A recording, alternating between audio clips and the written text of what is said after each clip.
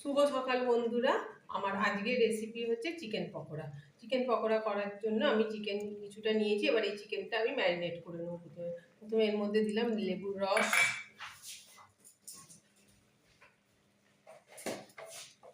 হলুদ গুঁড়ো,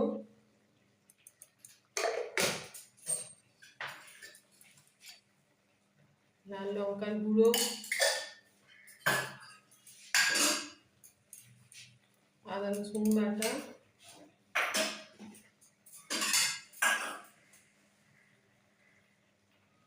নুন,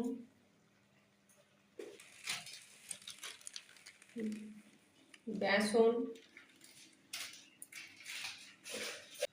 এবার আমি এটা এই যে আগে ভালো করে একবার ম্যারিনেট করব।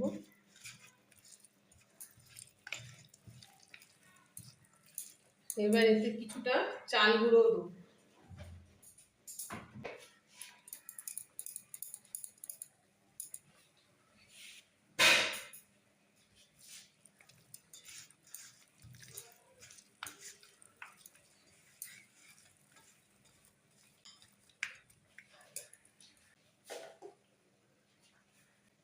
সব শেষে দেবো এর মধ্যে একটু কাঁচা সর্ষের তেল,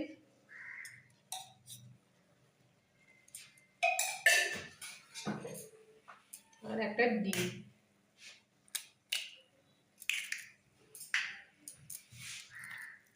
এবার আমি এটা ভালো করে ম্যারিনেট করে কিছুক্ষণ রেখে দেবো।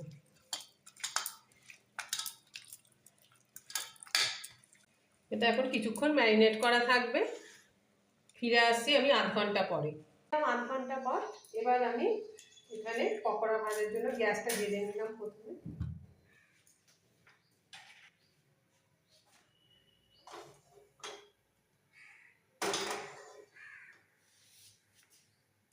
এবার এর মধ্যে আমি কিছুটা পরিমাণ সাদা তেল দিয়ে দেবো।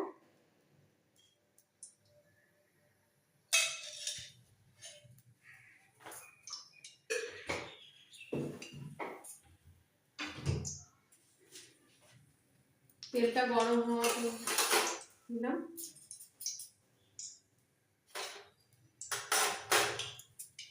তেল গরম হয়ে গেছে। এবার আমি চিকেন পকোড়াগুলো ভাজার জন্য চিকেনগুলো দিতে থাকবো তেলের মধ্যে।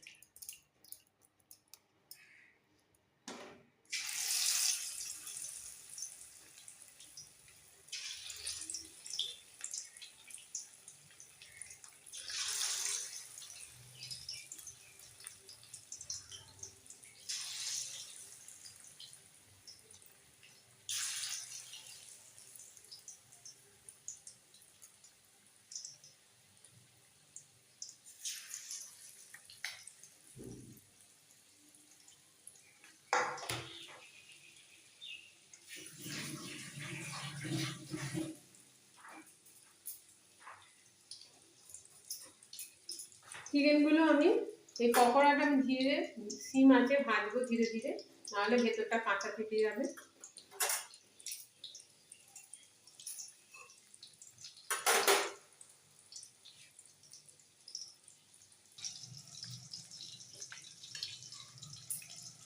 এবার আবার উল্টে দিলাম চিকেনগুলো।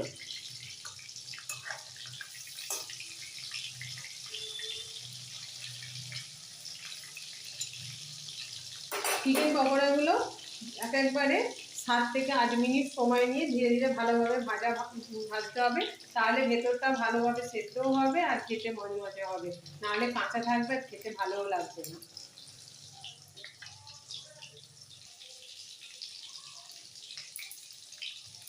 পকোড়াগুলো আমার রেডি হয়ে গেছে। এবার আমি এগুলো তুলে নিলাম। আবার বাকি পকোড়াগুলো দিতে শুরু করবো চিকেনটা।